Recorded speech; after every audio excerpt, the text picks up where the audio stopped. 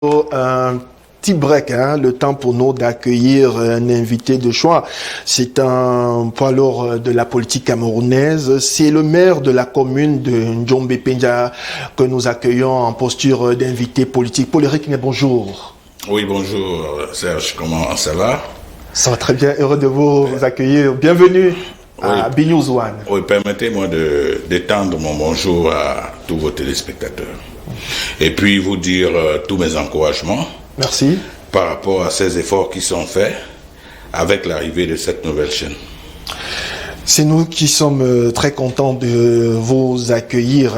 Et avec vous, monsieur le maire, nous allons évoquer l'actualité au sein de votre commune, le bilan depuis votre réélection, l'agenda de 2021. On parlera également de manière plus globale de la décentralisation et cette épineuse question de la dotation générale de la décentralisation qui n'atteint toujours pas le palier requis convenu par le Code général des collectivités territoriales décentralisées. Mais on parlera également, parce que vous êtes un homme politique de premier rang au Cameroun, président d'un parti politique, des 25 ans de la constitution du 18 janvier, qui était célébrée cette semaine du 18 janvier 96. Alors, Paul Eric, depuis votre réélection à la commune de Njombe Penja, qu'est-ce qu'il faut retenir? Qu'est-ce qui a été fait à ce jour?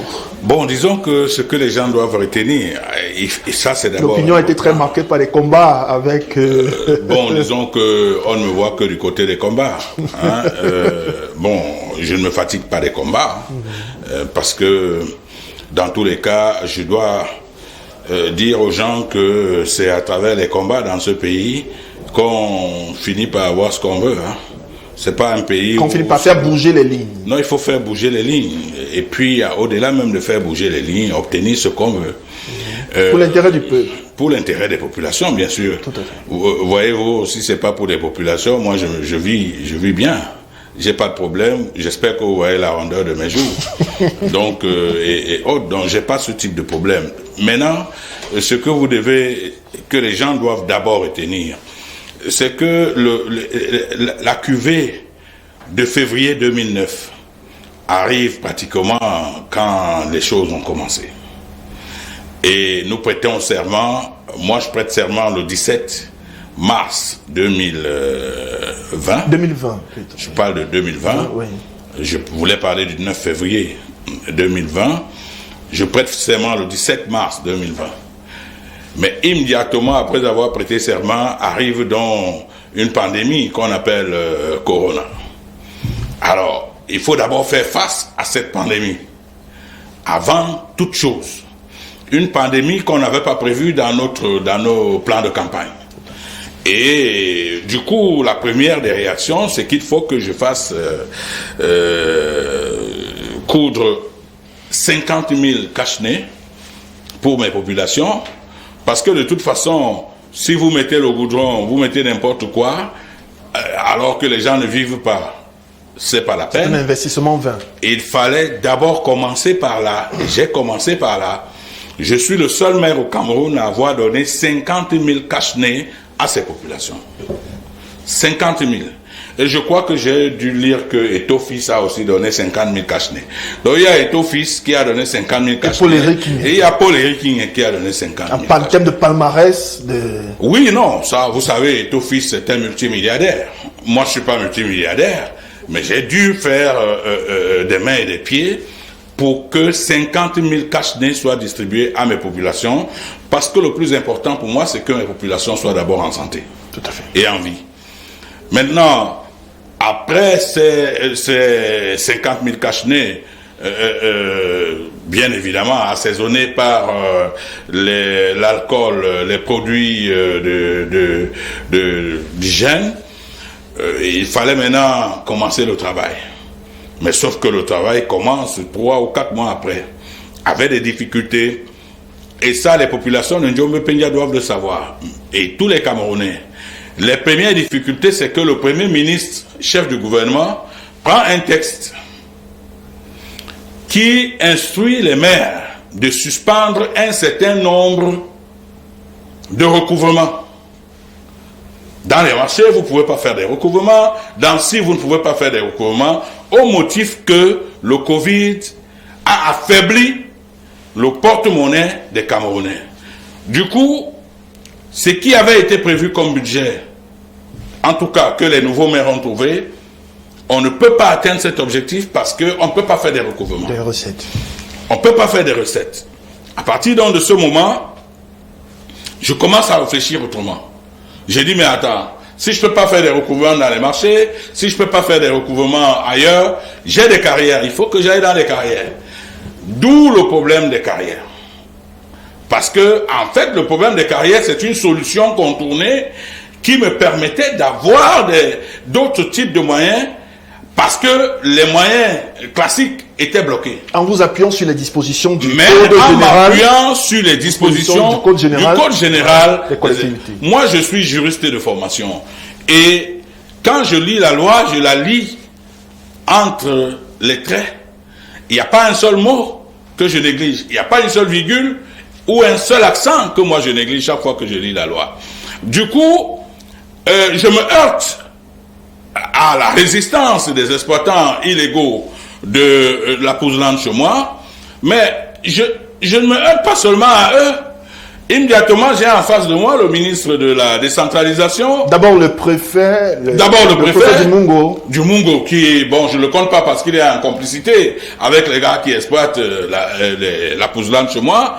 Et le ministre fait une sortie maladroite par un message porté où il demande au préfet de dire au maire de surseoir, de me demander à moi de surseoir à cette démarche.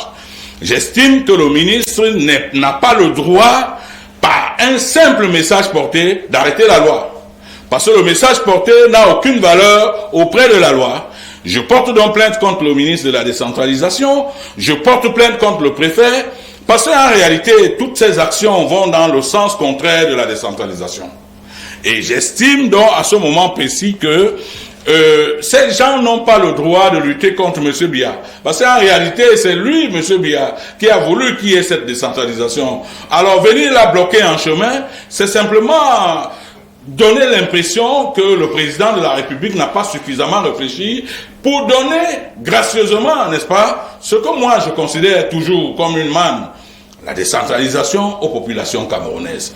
J'en suis donc au point où il a fallu que les entreprises de ma localité soient amenées au tribunal, que mon ministre soit amené au tribunal, que le préfet soit amené au tribunal. Je pense que depuis hier, la première décision de justice dans cette série, dans cette vague de plaintes que j'ai déposées est tombée. Il y a déjà une première société qui a été condamnée. En tout cas, elle a été, sa requête a été rejetée. Et avec les conséquences de droit. C'est-à-dire que je passe dès lundi là au recouvrement forcé.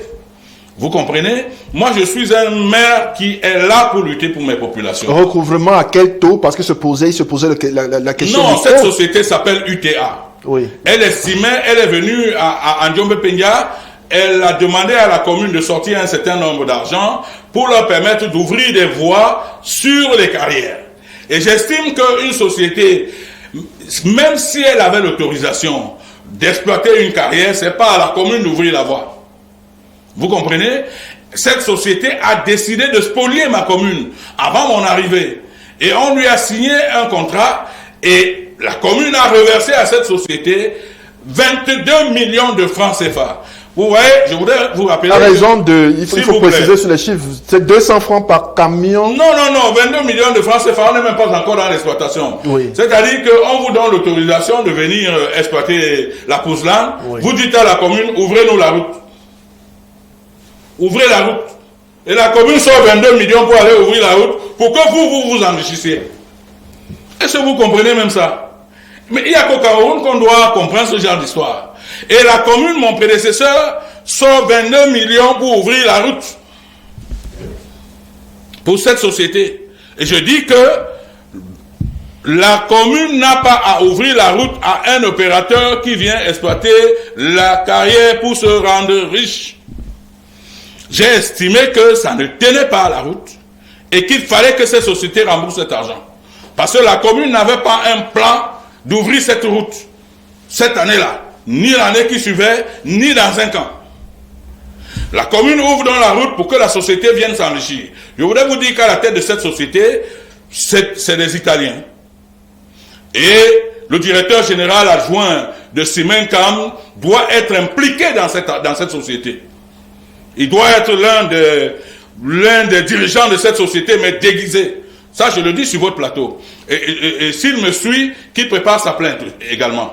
Donc, voilà les vrais problèmes de mon combat. Dieu merci, cette société a estimé qu'elle ne peut pas rembourser cet argent. J'ai assigné la société au tribunal.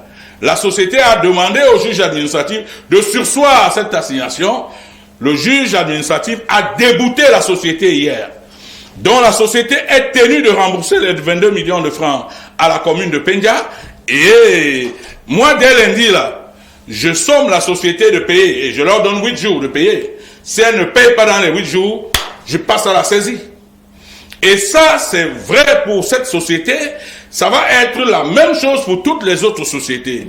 Comme pour dire aux gens que Njombe Pendia, c'est un endroit où il ne faut pas venir s'aventurer. Doit cesser d'être la vache à lait. En tout cas, tant que je suis là, les gens se sont beaucoup amusés avec ma localité. Chacun est venu piller la localité comme il veut. C'est terminé. J'espère que la décision rendue contre cette société va amener tout le monde qui est encore là-bas à comprendre que les choses sont en train de ne pas bien pointer à l'horizon pour ces entreprises. Je poursuivrai ces entreprises jusqu'à la dernière minute parce qu'il faut que mes populations sortent de la pauvreté. Vous ne pouvez pas être dans une localité où il n'y a pas de taxes parce que on vous dit ne percevez pas ci, ne percevez pas ça. Et puis, mais qu'est-ce que le maire fait? Si le maire n'a pas d'argent, qu'est-ce qu'il fait? Et le recouvrement des taxes auprès des compagnies qui je n'ai pas fini. Dans le domaine de la bananerie. Les gens, non. Déjà, ceux même qui font dans la pouselane. Mais les gars ne payent même pas les impôts, les taxes liées au transport sur les carrières. Je voudrais vous dire que cette taxe est consacrée par la loi.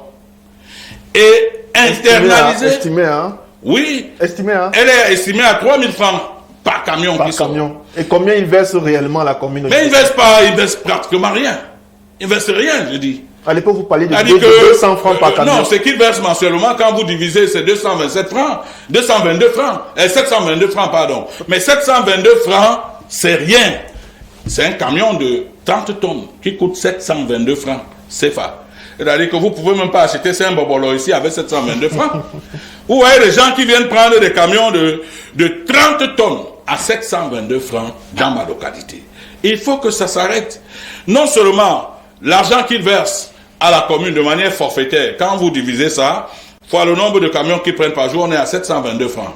Maintenant, si on applique la loi sur le transport des produits de carrière, c'est 3 000 francs le camion. Et journalièrement, c'est au moins 1000 camions qui sortent. 1000 camions 1000 camions. De la commune de Njombe Pendia. De la commune de Njombe Pendia. Je voudrais vous dire que c'est la pouselane de la commune de Njombe Pendia qui a fait le pont sur le Vouy. Celui qui a livré cette pouselane en a fait pour près de 12 milliards de francs CFA. À ce rythme, à très Alors vous prenez 12 milliards de francs CFA qui sortent de Njombe Pendia. Pendant ce temps, les gens vivent dans les carabos dans ma localité. Autre conséquence, à très court terme, Njombe Pendia sera privé de cette ressource naturelle. Mais non, de toute façon. Vu le rythme, vu de toute façon, d'exploitation. Pour l'instant, il y a une exploitation sauvage de ma localité. Et je mets cette responsabilité sur la tête du Mindevel, dont le ministre des collectivités territoriales et du préfet du Mungo. C'est eux qui ont ouvert la vanne pour qu'il y ait un pillage massif de ma localité. C'est une accusation grave. Non, écoutez, non. C'est de manière, il l'a fait, puisqu'il a pris un message porté pour demander qu'on laisse d'abord ces gens exploiter.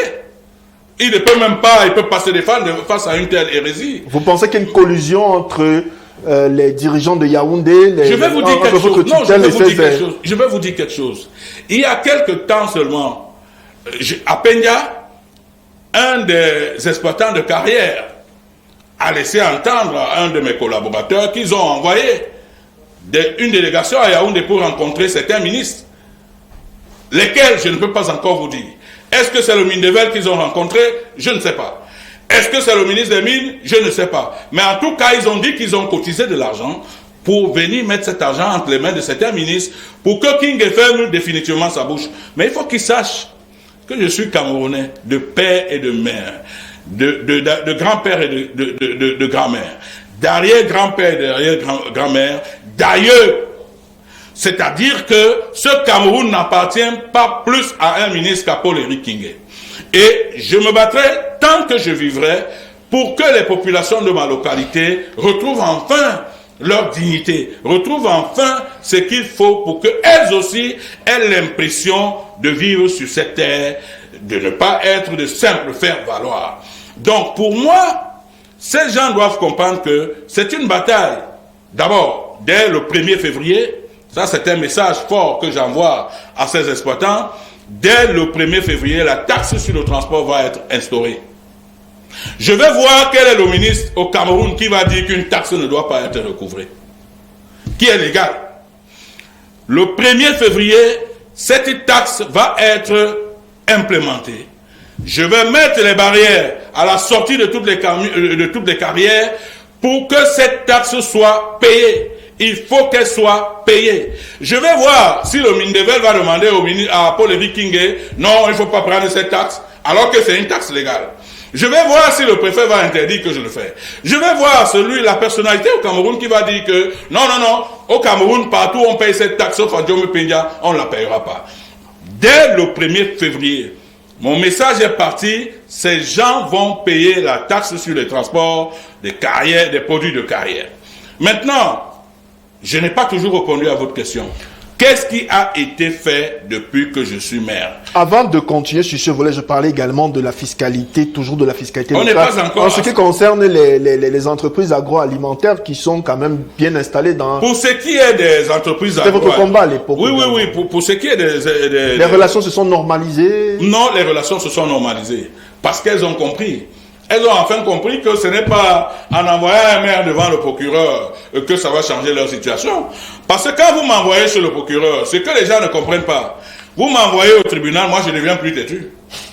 Vous m'envoyez en prison, je deviens fou. C'est-à-dire que même à l'intérieur de la prison, je vous combats. Je ne vous laisse pas la paix. Donc, au lieu de faire ce type de choses où il faut appeler le procureur, faire ça, chez moi, la prison me nourrit.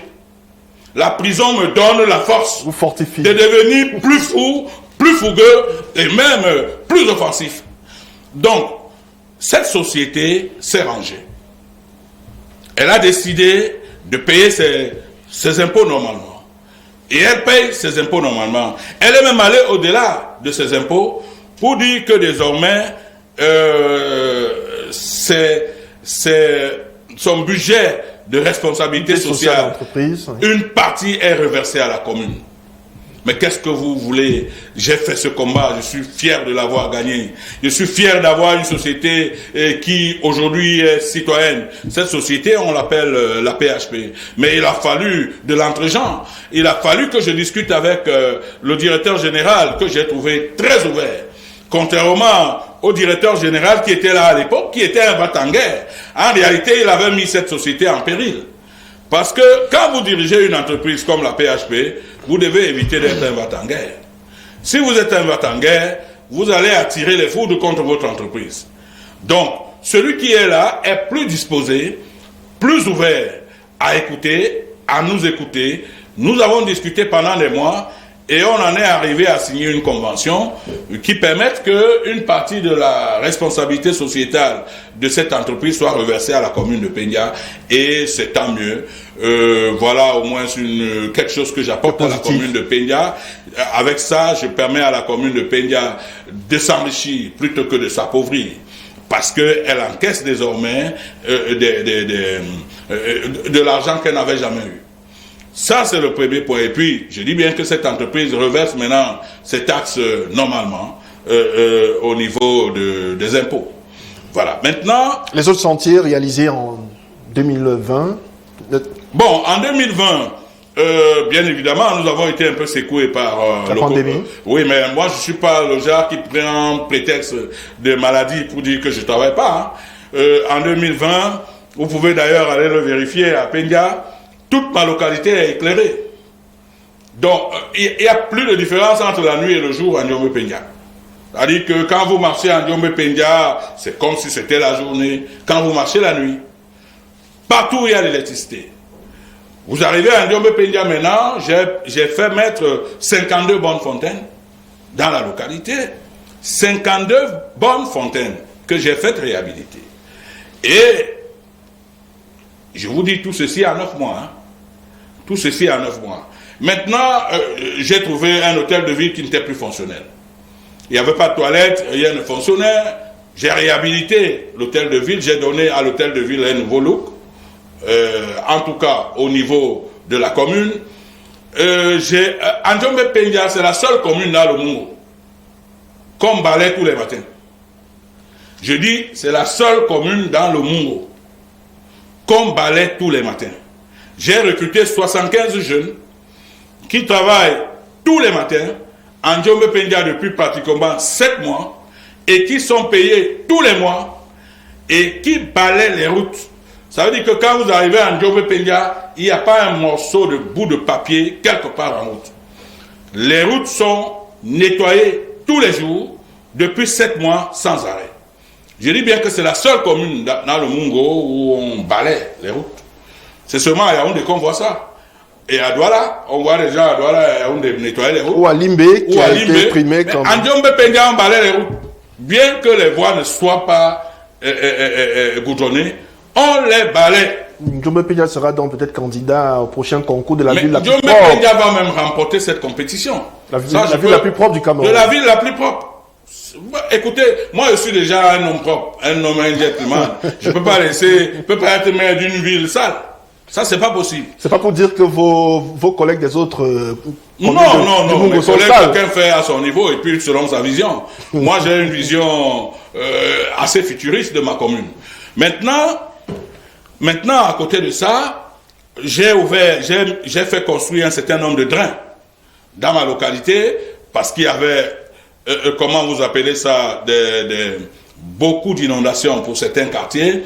Les drains sont en train d'être construits et je crois 4 ou 5 drains d'au moins 700 mètres ont été réceptionnés déjà et je vais continuer dans ce travail de drainage de ma ville parce que vous savez, après ce sera la saison pluvieuse. Il faudra éviter à mes populations.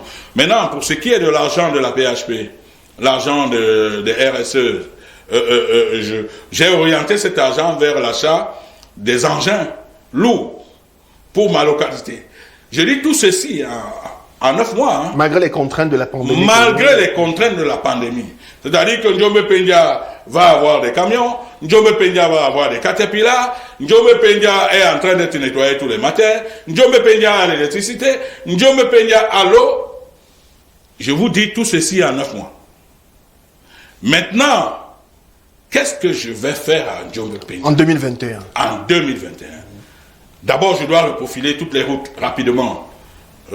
D'ici 2 semaines, j'aurai envoyé le dossier de reprofilage des routes à la commission des marchés.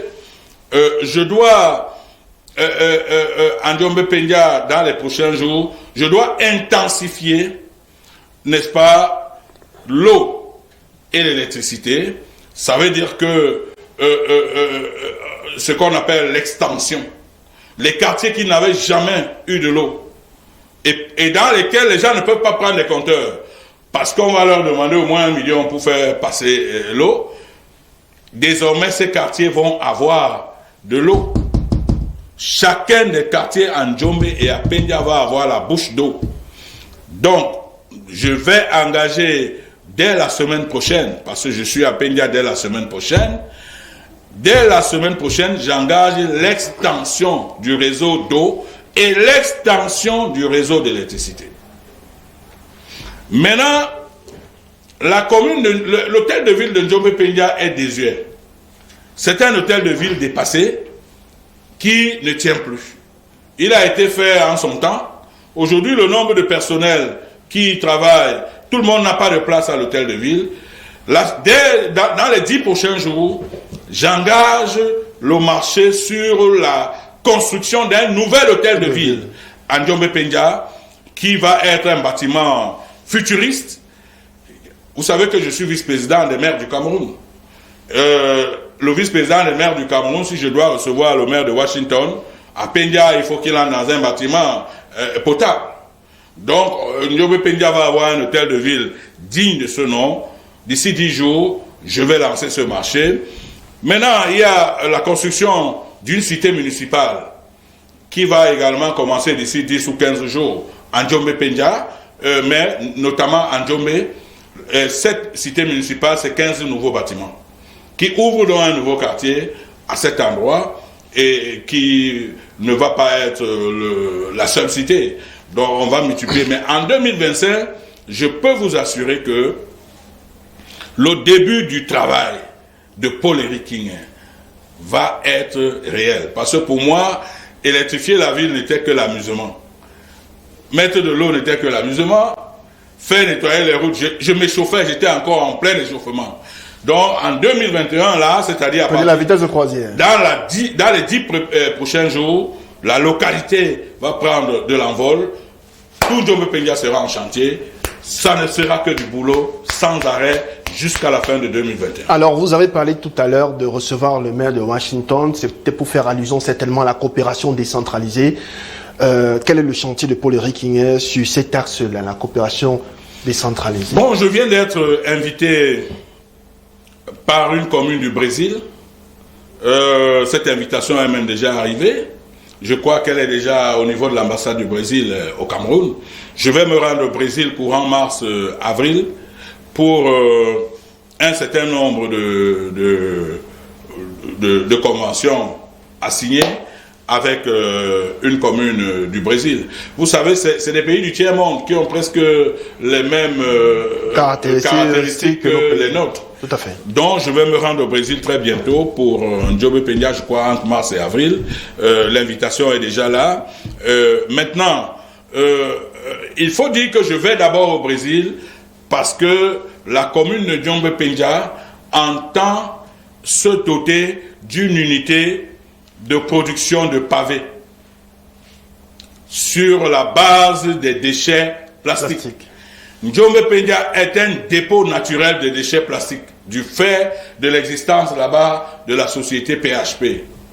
Alors, ces déchets plastiques qui polluent ma localité vont désormais être récupérés et recyclés pour faire des pavés. Et ce sont ces pavés qui vont être posés dans l'ensemble des deux villes avant la fin de mon mandat. De telle sorte que je laisse une ville goudronnée, complètement goudronnée, pour que désormais les gens ne vivent plus, comment vous appelez ça, la poussière en saison sèche et la boue en saison des pluies. Parce que c'est le plus gros défi pour moi. Il faut créer cette unité. C'est pour ça que je vais au Brésil. Je vais au Brésil parce que je suis en train d'aller discuter des conditions d'obtention de l'unité de transformation des déchets plastiques en pavés et en tuiles pour ma localité. Donc là, c'est l'un des projets quand même les plus costauds. Mais il faut dire qu'en 2021, les abords de route de Ndiombe-Pendia vont être complètement transformés. Complètement. Parce que quand vous entrez en Ndiombe, jusqu'à Loum, c'est des herbes partout, c'est la saleté. Moi, je ne m'accommode pas avec la saleté. Vous comprenez? Je vous ai dit, je suis quelqu'un qui aime la propreté. Et il faut que la ville que je gère soit propre. Donc, je viens de signer une convention avec une entreprise, avec une ONG luxembourgeoise qui vient de m'offrir 200 000 plants d'arbres. Et les abords de route de Ndiombe-Pendia, on va y mettre des arbres partout. On va reforester la localité pour lutter contre l'effet de serre. Parce que chez moi, il faut le savoir, ma localité est l'une des localités les plus polluées au monde. Parce que l'utilisation des produits chimiques, des pesticides et autres. Bon, mais nous avons trouvé une solution. Il faut reboiser. Parce que quand vous reboisez, vous avez la chance que la nuit, les arbres encaissent du gaz carbonique et le jour, les arbres permettent à l'oxygène, n'est-ce pas, donc les gens vont respirer d'une autre façon. Et ça, je tiens à ce projet parce que, voyez-vous, comme je l'ai dit, je dois d'abord passer par la santé de mes populations, par leur vie. Parce que si on vous donne des étages, on vous donne du goudron, on vous donne n'importe quoi, tant que vous n'êtes pas en santé, vous ne jouirez pas de tous ces avantages.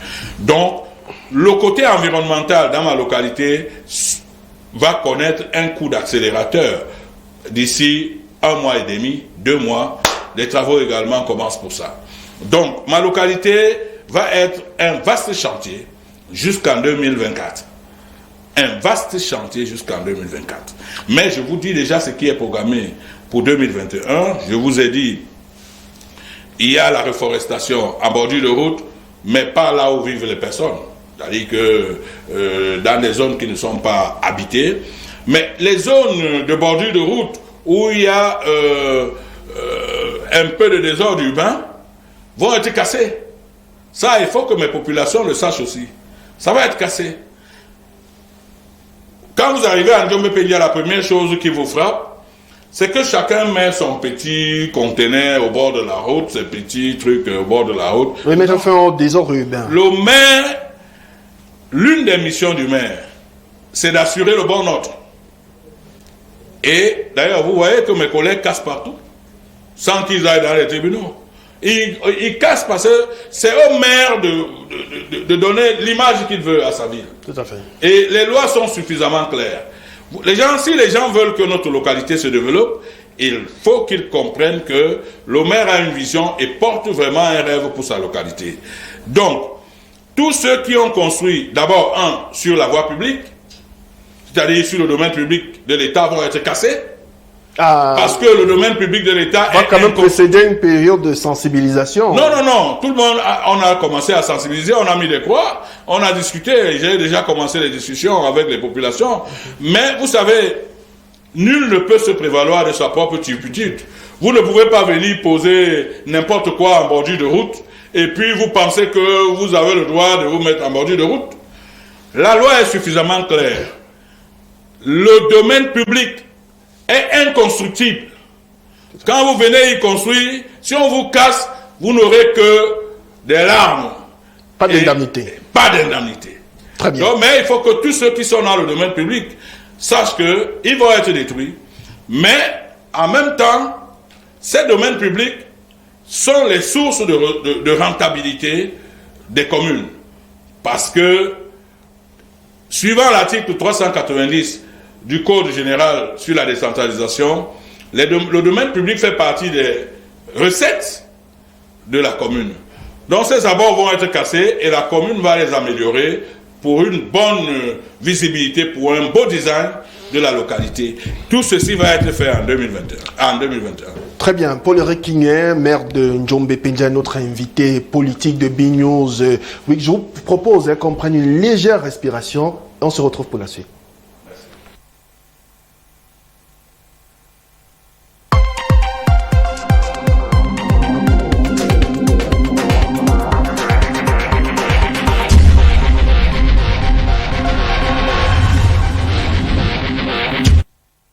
Retour sur ce plateau, nous marquons là la dernière ligne droite de BNews Week de ce jour. En posture d'invité politique, Paul-Éric Kingué, maire de Njombe-Pendia. Évoquons, monsieur le maire, notre aspect du financement de la décentralisation. Vous avez beaucoup parlé de recettes tout à l'heure. La dotation générale de la décentralisation convenue dans le Code général des collectivités territoriales décentralisées à 15% au minimum.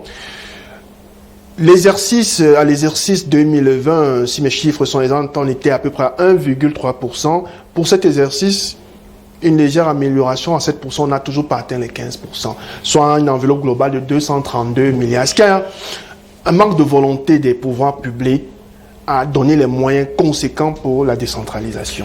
Bon, il faut dire que cette question, cette épineuse question nous préoccupe. Moi, au premier chef, parce que j'ai pris sur moi la lutte pour la décentralisation comme un cheval de bataille.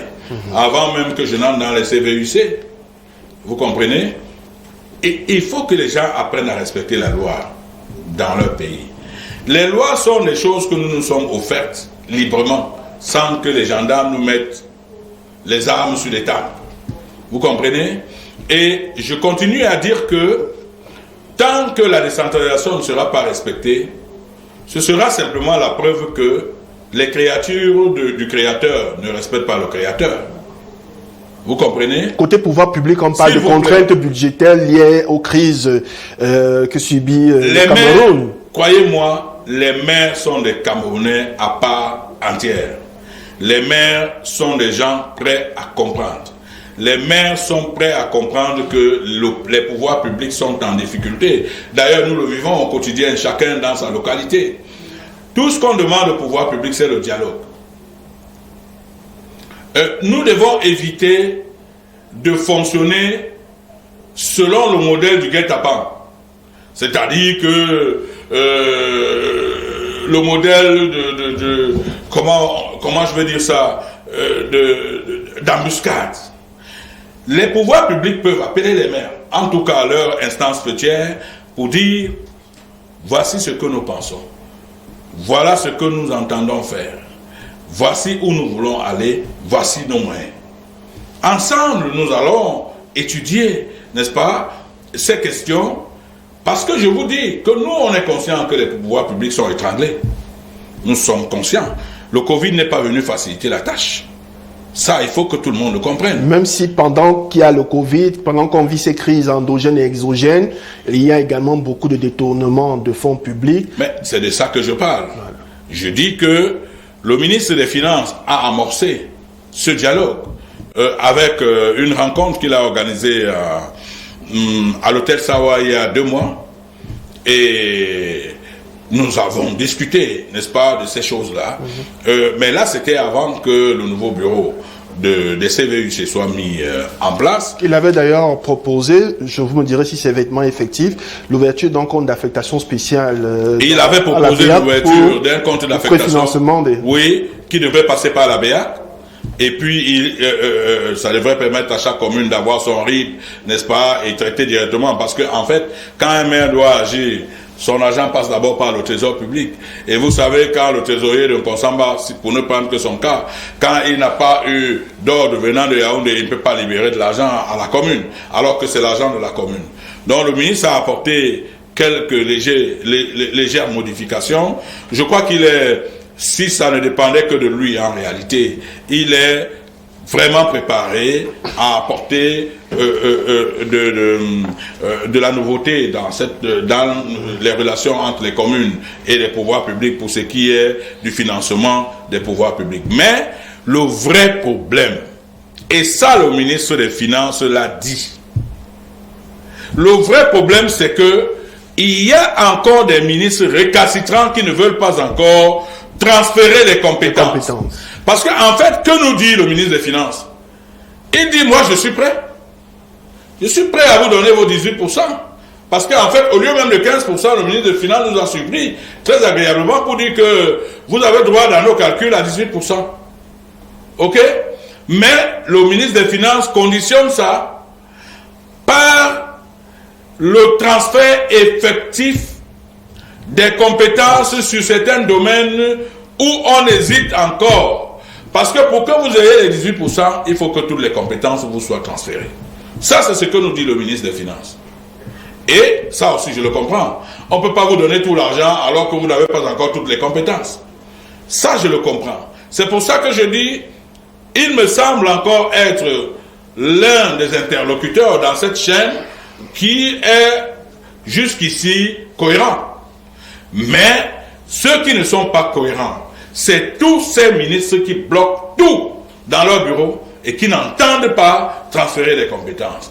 Ces gens, moi je ne comprends pas pourquoi le président Paul Biya garde des gens comme ça à ses côtés. Je suis le président de la République. Je vous dis qu'il faut la décentralisation. Vous êtes ministre, je vous nomme, vous bloquez ma décentralisation. Non seulement je vous enlève, je vous envoie en prison. Quels sont les ministères? Est-ce que vous ils sont le premier ministère que je connais là, c'est d'abord les mines. Ministère des Mines. C'est l'un des ministères les plus récalcitrants. En matière de transfert de compétences. Mais à l'heure où je vous parle, il n'y a pas encore de décret d'application sur les carrières. Par exemple, vous avez le ministère de l'éducation, de l'enseignement secondaire. Ce ministère, voyez-vous, quand il y a des problèmes dans nos localités, on demande aux maires d'aller désinfecter les lycées, les collèges et tout ça. Mais nous prenons l'argent. Comment un maire qui a 800 millions ou 1 milliard de budget va aller désinfecter les salles de classe d'un ministre qui a 400 milliards de budget? Vous avez, est-ce que ça a même un sens? Nous recevons rarement des dotations venant de ce ministère. Nous recevons rarement des dotations venant des travaux publics. Voyez-vous, monsieur, au niveau des travaux publics, nous ne savons même pas si on est dans la décentralisation. Et moi, j'ai écrit au ministre des Travaux publics. J'ai dit au ministre des Travaux publics, je suis venu vous voir 5 mois avant. 5 mois avant 2021. Pour vous dire, parce que je ne veux pas faire comment on appelle ça, des relations par embuscade, ça ne m'intéresse pas. Je viens voir le ministre 5 mois auparavant. Je dis au ministre, j'ai besoin des routes en Djombe-Penja. Le Cameroun tout entier sait que Djombe-Penja est un bassin agricole important. Je suis venu voir ce ministre-là. Il m'a dit, vraiment, monsieur le maire, je suis content que vous ayez fait cette démarche 5 mois avant. Mais, alors quelque chose sera fait pour vous. Lorsque la liste des projets sort, rien n'est fait pour Djombe-Penja. Alors, rien n'est fait pour Djombe-Penja. Et je suis choqué. Je suis choqué parce que j'ai pris de la peine à aller voir ce ministre. Je n'étais pas obligé de partir de Djombe pour venir le voir. Le processus est peut-être en cours. Non, mais le processus, la liste des projets est déjà sortie. Je n'ai rien vu pour Djombe-Penja pour ce qui concerne les travaux publics. Mais entre-temps, cher monsieur, il y a des villages là-bas à l'ouest qui sont goudronnés tous les jours. Babadjou, les trucs, les villages qui n'apportent rien au Cameroun. Vous avez un bassin agricole qui nourrit carrément, pratiquement tout le Mungo. Vous soutenez donc ce discours qui a... Non. Qui fait progrès ces derniers temps sur les déséquilibres en matière de budget d'investissement public. Il y a effectivement des équilibres. Je dis que il faut que les gens le sachent.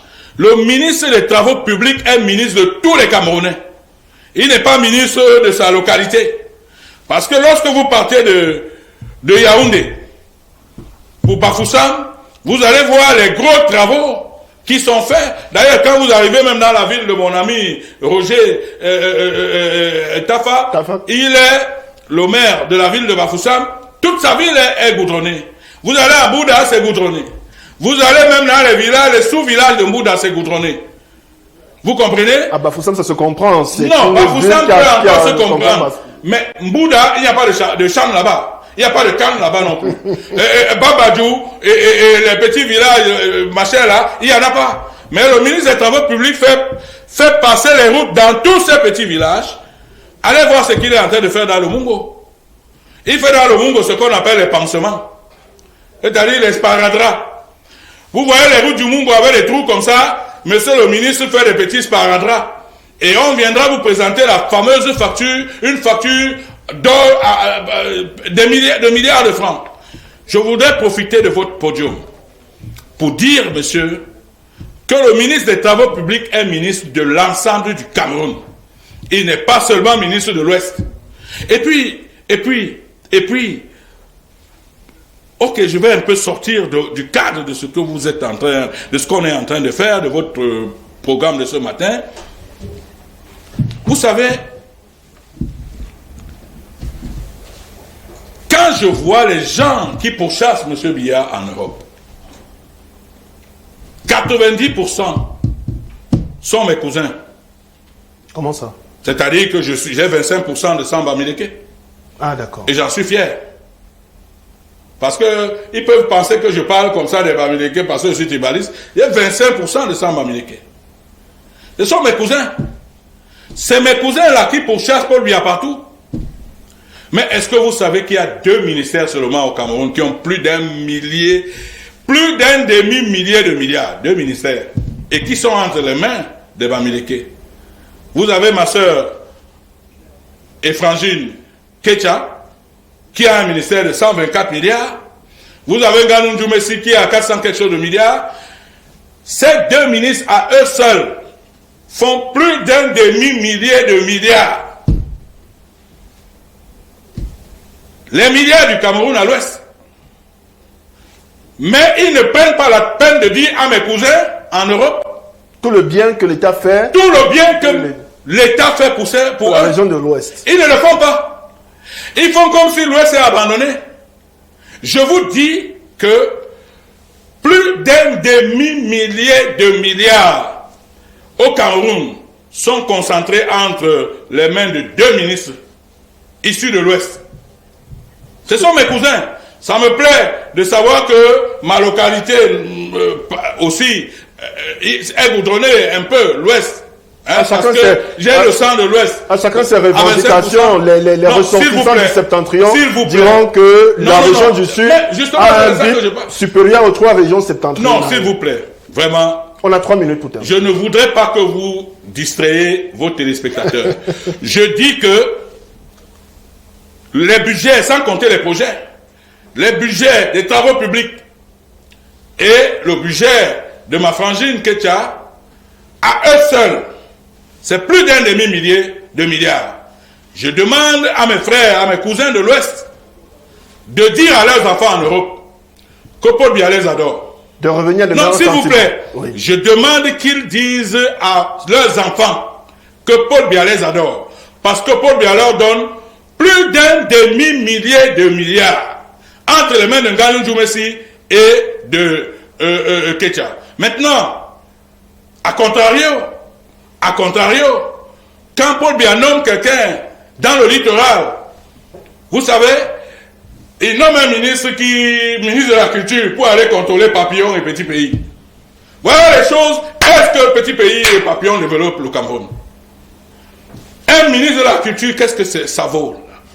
Il y a le ministère des Transports. Le ministère des Transports ne développe pas une localité. C'est pour gérer les accidents de Général Voyage. Qu'est-ce que... Monsieur Biya n'a jamais donné au littoral un ministère de développement. Il n'a jamais fait. C'est une revendication, un plaidoyer que vous pouvez il nomme toujours les ministres qui doivent aller se filmer auprès des Tours Eiffel, c'est-à-dire les ministres des Relations extérieures. Ça n'apporte rien au littoral. Rien. Le ministère des Sports. Le ministère des Sports, vous savez vous-même que c'est le ministère mortifère. C'est-à-dire que dès qu'on vous nomme là-bas, votre tête est prête, et votre cercueil et tout. J'ai peur pour mourir les combis, je me demande s'il va même s'en sortir. Sauf que le CHAN se joue, c'est une réussite. Non, c'est déjà... Non, le CHAN se joue, mais la CAN n'est pas encore là. D'ici la CAN... Il y a bon espoir. D'ici la CAN, peut-être qu'on peut lui dire merci, tu as fait le CHAN, mais c'est bon comme ça. Une dernière... Non, s'il vous plaît. Oui, pour les ceux qui dirigent ce pays doivent savoir que la répartition des richesses de ce pays est un problème sérieux. Je dis que je suis 25% fils de l'Ouest. À 25% fils de l'Ouest, je voudrais remercier que M. Biya ait pensé à l'Ouest. Mais sauf que lorsqu'il met les routes entre les mains de Nganou Djoumessi doit savoir que les routes, il est ministre de tout le Cameroun. Et que dans le Mungo, il ne doit pas venir faire des sparadraps et les pansements sur la route. Parce que c'est la route, l'une des routes les plus mortifères dans ce pays. C'est compris pour le retenir, c'est compris. Et enfin, Njombe Penja n'a jamais eu de ministre. Njombe Penja n'a jamais eu de ministre. Vous êtes candidat à un poste ministériel? Non, ça ne m'intéresse pas. Vous ne voulez pas donner pour le nom président Biya? Non, c'est pas ça ma préoccupation. S'il vous nomme. Je dis que Njombe Penja n'a jamais eu de ministre. Paul Henri, si le président vous nomme, si vendredi prochain, il y a remaniement, vous êtes nommé, vous allez dire non. Monsieur Njombe Penja donne beaucoup à l'économie camerounaise, comme Douala. Douala à lui seul produit 65% de la richesse. Donc Paul Henri mérite peut-être d'entrer au gouvernement. Non, il y a d'autres enfants de Njombe Penja. Est-ce que vous allez dire non? Mais écoutez, je dis qu'il y a d'autres enfants de Njombe Penja. Est-ce que vous allez dire non? Non, moi écoutez, je dis, il y a d'autres enfants de Njombe Penja. Vous comprenez, c'est pas forcément Paul Henri King. Mais j'attire l'attention du chef de l'État. Très bien. Que Njombe Penja, quand il veut nommer des gens dans le Mungo, c'est soit dans le Mungo Nord, c'est soit à Libombari, c'est soit à Ebonne. Il faut que ça s'arrête. Le Mungo, ce n'est pas Ebonne et Libombari seulement. Le Mungo, c'est aussi... Parce que moi, je suis fils de Libombari. Je suis fils de Libombari parce que mon père est de Libombari. Vous comprenez? J'ai compris. Voilà, donc je dis que nous ne pouvons pas continuer à accepter ça. Njombe Pendia apporte une contribution terrible dans l'économie du Cameroun en tant que vivier agricole. Mais vous ne pouvez pas laisser une localité comme ça dans la souffrance toute sa vie. Vous ne pouvez pas. Comme si c'est une localité qui n'est faite que pour des petits planteurs et autres. Il faut que ça s'arrête. Maintenant, pour revenir à sur la décentralisation, il faut que cette perche, nous la gagnions, nous la saisissions absolument. Et que cette bataille, nous la gagnions. Parce que si nous perdons la bataille de la décentralisation, il sera difficile de recoller les morceaux dans ce pays. Il sera très, très difficile de recoller. La dernière chance que nous avons, parce que entre ceux qui voulaient le fédéralisme et ceux qui ne voulaient pas, qui voulaient l'immobilisme, il y a eu au milieu la décentralisation que le président Paul Biya a proposée. Et donc ce monsieur a appliqué et a implémenté, n'est-ce pas, son rêve. Moi, c'est pour ça qu'en tant que président de parti politique, parce que les gens semblent me voir seulement comme maire. Je suis un leader politique, président de parti politique dans ce pays. Quand je donne une opinion, c'est une opinion éclairée. Donc il faut absolument que la méthode de répartition des richesses nationales soit équitable pour tous les Camerounais. Équitable pour tous les Camerounais. Merci Paul Kingé pour cette opinion éclairée. Nous arrivons au terme de cette édition de BNewsWeek. C'est un plaisir d'échanger avec vous. Vos propos ont certainement fait écho comme c'est toujours le cas. On sera ravis. Vous savez, BNews One, c'est votre maison. Vous serez toujours le bienvenu, Paul Kingé. Bon, je serai également là. Je répondrai à vos appels chaque fois que vous m'appellerez.